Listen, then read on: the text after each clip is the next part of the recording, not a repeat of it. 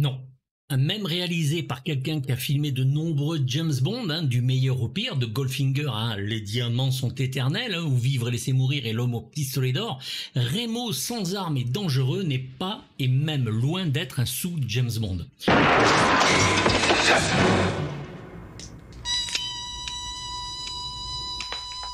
Le scénario a beau être écrit par Christopher Wood, scénariste de L'espion qui m'aimait et Moonraker, ici on fait l'inverse d'un film 007.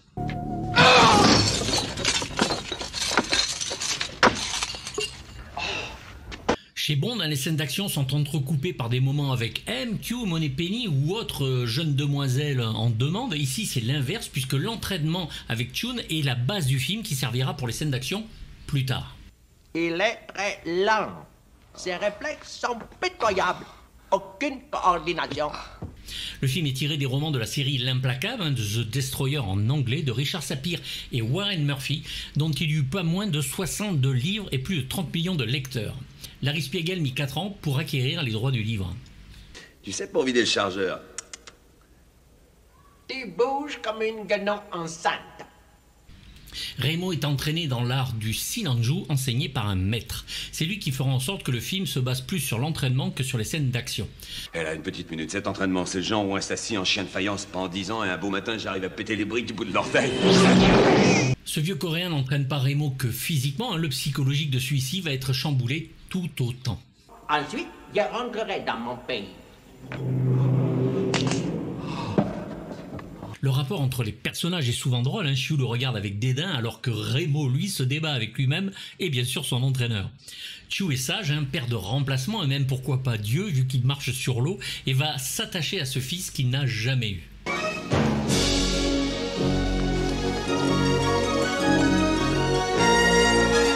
Remo sans armes et dangereux est un putain de grand film d'aventure parce que les personnages sont écrits avec de vrais acteurs qui vont se donner comme jamais. Fred Ward, qui vient malheureusement de nous quitter dans le rôle de Remo, et Joel Grey dans celui de Chiu.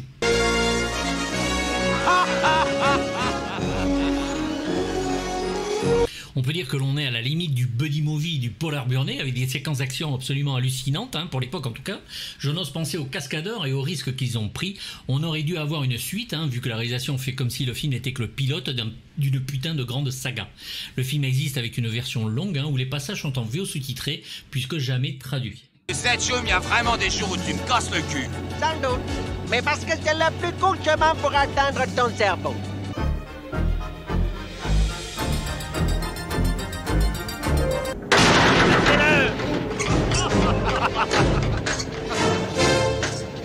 En 1986, entre les Rocky, les Commandos et j'en passe, qui cartonnent depuis un moment, un autre héros va donc débarquer, Remo, dont la vision du premier film nous laisse espérer une nouvelle franchise pleine d'action et d'humour, traitée comme un 007, mais en inversant la façon d'en filmer un.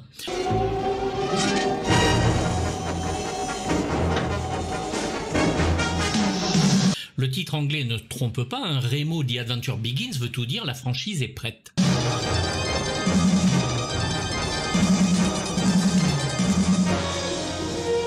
Makin, donc, est un flic qui se retrouve laissé pour mort après une bagarre où il montre qu'il encaisse autant qu'il donne.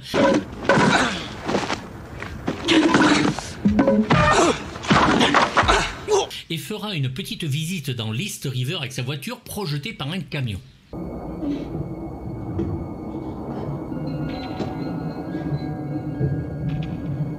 Censé être mort, à son réveil, il a un nouveau visage, un nouveau nom et doit travailler pour une agence gouvernementale ultra secrète. Mais avant ça, on doit l'entraîner.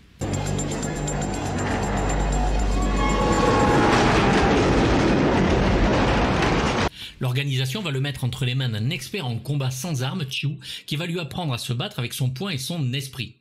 Les acteurs et les cascadeurs vont quand même réaliser l'impensable, arriver à nous faire croire à cette histoire incroyable, riche en action, où baston et poursuites en bagnole sont démentiels.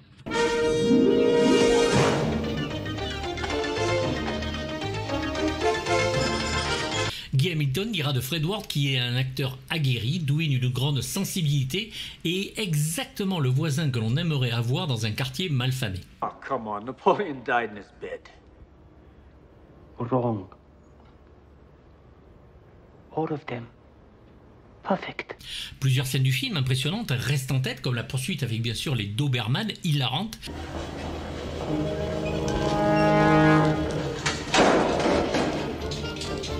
ou la bataille sur la tête de la Statue de la Liberté. En pleine restauration, la production a eu le droit de tourner sur les échafaudages de la vraie Statue de la Liberté, puis faire une réplique pour certaines scènes au Mexique avec les plans de l'équipe de restauration de la vraie.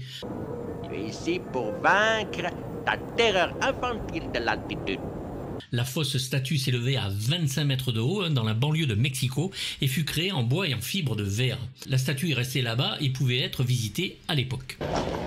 Grimpez si vous êtes des hommes. Ward dut aussi combattre, c'est sûr, sa peur du vertige, la scène du tronc d'arbre où il glisse au-dessus de la vallée par exemple.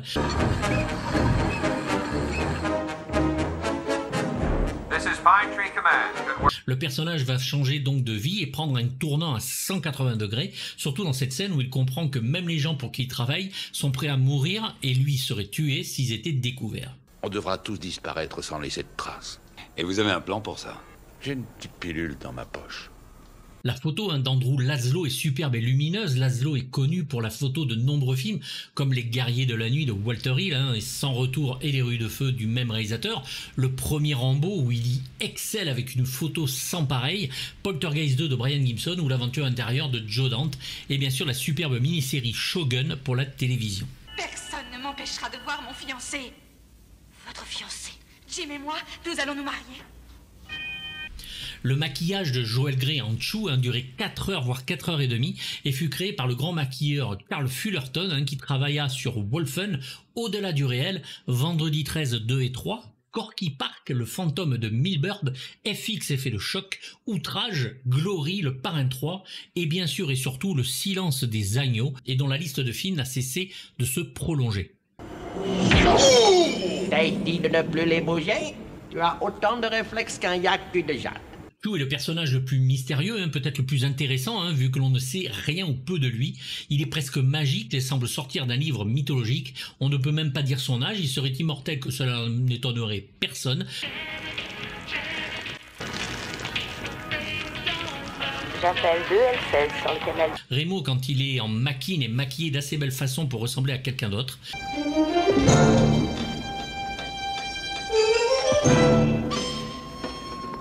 Lors de sa sortie, Remo se retrouvera en 4e place au box-office. Derrière Commando, ce ne sera malheureusement pas assez.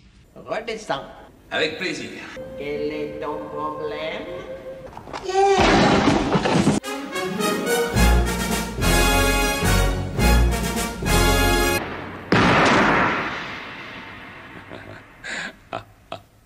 Fred Ward, dont la disparition à 62 ans nous a laissé malheureusement sans voix, héros de tant de films dont nous parlerons bientôt, acteur assez prolifique dans les années 80-90 et capable de passer de l'action au drame et surtout au comique sans problème aucun. T'as brûlé les 4 autres hier. On l'avait apprécié dans L'évadé d'Alcatraz de Don Siegel, Sans retour de Walter Hill, Time Rider de William Deere, Retour vers l'enfer de Ted Kotcheff, L'étoffe des héros et Henry et June de Philip Kaufman, Tremors bien sûr de Ron Underwood dont je pense refaire une vidéo, Cœur de tonnerre de Michael Apted ou le téléfilm de Martin Campbell, Détective Philip Lovecraft.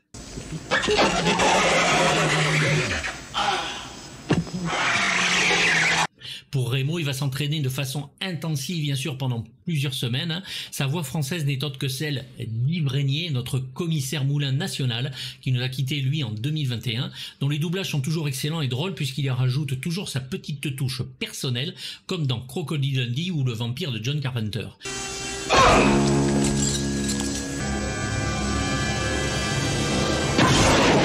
Il fera aussi la voix de Chuck Norris dans Sale temps pour un flic ou Rick Hunter à la télé. Mac crève pour vous apporter cette preuve. Je comprends ce merdeux, et on n'aurait pas le droit de le neutraliser, hein? Comme d'habitude, dans ce film-là aussi, il en rajoute, même quand Remo ne parle pas, on l'entend parler. Pitoyable. Je constate que le hamburger a fait sa sinistre besogne. Joel Grey, lui, fut connu pour son rôle de maître de cérémonie dans le grand film Cabaret de Bob Fosse, qui lui donnera un Oscar et un Golden Globe en 1972. Il sort du Sherlock Holmes attaque l'Orient Express et va attaquer Remo, maquillé pendant 4 heures par le grand Carl Fullerton.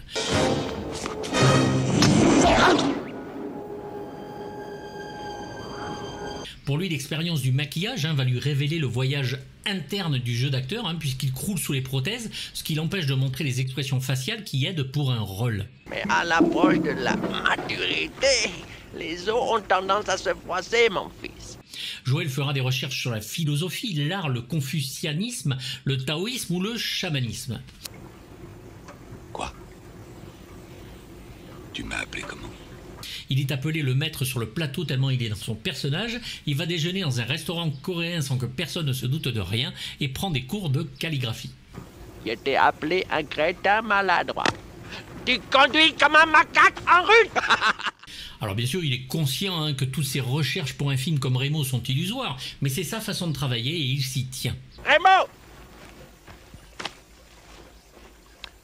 Ne nous fais pas trop honte.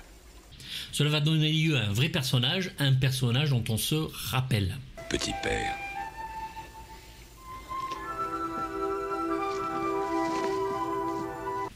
Il est apparu dans de nombreux films et de séries, notamment Dallas, où il jouait le diable. Et oui, c'est lui qui fait que JR se suicide à la fin de la série d'origine, ou dans Buffy contre les vampires dans la saison 5, dans le rôle récurrent de Doc, un démon reptilien et spécialiste de la magie noire.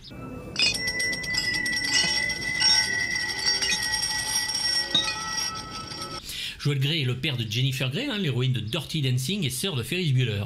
Il est ici doublé par Yves Barsac, un grand nom du doublage. Je m'appelle Smith, c'est moi qui dirige l'organisation qui vient de vous recruter.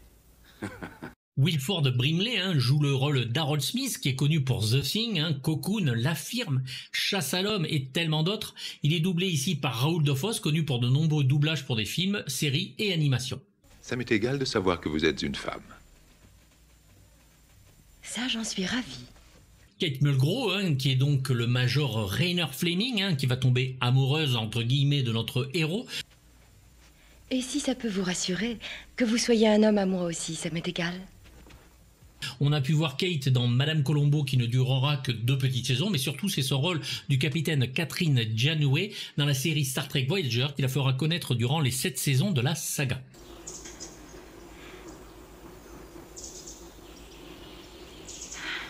Sa voix française est réalisée par Corinne Le Poulain, grand fantasme d'adolescent que l'on avait vu notamment dans la saison 1 de Sam et Sally. Oui, en 78, à 10 ans, je dois le dire, j'ai bandé.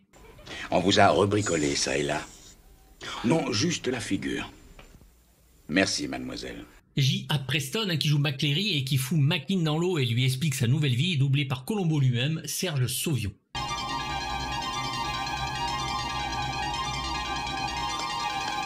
Stone, l'homme de main, joué par Patrick Kilpatrick, que l'on a pu voir toujours en méchant dans Presidio de Peter Yams, Best of the Best 2, Piège à grande vitesse de Geoff Murphy, L'effaceur de Chuck Russell ou Minority Report de Steven Spielberg. Oui. Le général Watson. Michael Pataki, lui, entraîneur d'Ivan Drago dans Rocky IV, joue ici le second grand méchant, Wilson. On l'a vu dans Les Naufragés de 747, Zoltan le chien de Dracula ou Halloween 4. C'est un boulot qui devrait vous plaire, Stone, non? À la télévision, ses rôles sont extrêmement nombreux. C'est Jean Lagache, doubleur de certains Clint Eastwood, qui fait sa voix. Cette garce, il faut lui passer la laisse au cou et serrer. Charles Cioffi joue encore un méchant, l'a-t-on vu dans Autre chose, je ne pense pas, il y est habitué. Allez-y, sergent, épaglez-moi cette ordure de communiste. Descendez-le. C'est un industriel véreux comme dans beaucoup de films. Sa voix française est de Jacques Thébault, merveilleux doubleur pour être la voix de Patrick McGowan, Robert Conrad, Jeremy Brett dans la série Sherlock Holmes, Steve McQueen ou Roy Scheider, notamment dans Les Dents de la Mer. De Dieu, le chargeur est vide. Il va filer, Georges. Mais je le vois bien. Alors vous démarrez, imbécile!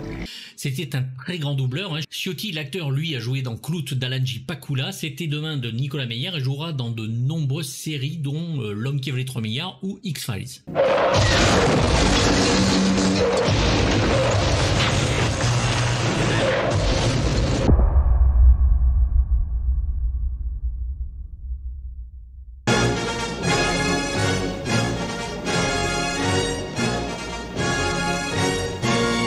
La musique de Greg Safan, qui est un compositeur américain qui oscille entre le moyen et le meilleur, mais n'est jamais détestable. Il avait fait une musique de départ pour Wolfen, mais qui était trop atonale et dissonante et qui fut rejetée pour être remplacé par celle de James Horner qui compose là une de ses plus belles musiques. Il est assez connu dans le monde de la musique du film pour ses scores sur des films tels que The Last Starfighter de Nick Castle et ce Remo qui se ressemble un peu, il faut le dire. Vas-y, essaie du coup. Il va créer un morceau pour la musique du Solitaire de Michael Mann avec Tangerine Dream, un Tag de Nick Castle, En plein cauchemar de Joseph Sargent, un film à segments, ou Le cauchemar de Freddy de Rennie Harlin.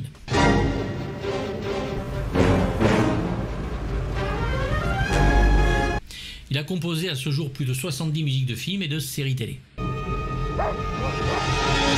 Fais gaffe, ils sont sévères les Pékinois. Le pilote d'une série télévisée sera mis en chantier avec seulement Craig Safan en commun avec le film. Jeffrey Nick qui joue Remo et Roddy McDowell, acteur impeccable vu en Cornelius dans la saga La planète des singes ou Vampire, vous avez dit Vampire. La série va s'arrêter au pilote et mis à part la musique qui sera éditée chez Intrada, le pilote n'est trouvable que sur YouTube dans une qualité assez dégueulasse, il faut le dire, et en VO sans sous-titres. Le générique empruntant même des extraits du film. Le plus drôle, c'est que j'aurais sûrement une médaille pour vous avoir descendu. Remo Williams est donc devenu culte avec le temps et ne trouvera malheureusement pas de suite. Je dédie cette vidéo à Fred Ward du fond du cœur et mets la note de 5 sur 6 au film pour sa bonne humeur et son casting. Voilà, je pense qu'on est tous d'accord pour dire que Remo Williams est culte. Pour nous, on l'aime comme il est. N'hésitez pas à mettre pouce haut, pouce bas, de me dire si vous avez aimé ou pas. Et on en parle dans les commentaires. À très bientôt, avec du lourd comme d'habitude. Abonnez-vous, bye bye. Qui êtes-vous donc? Ça a l'air bizarre mais on est les gentils.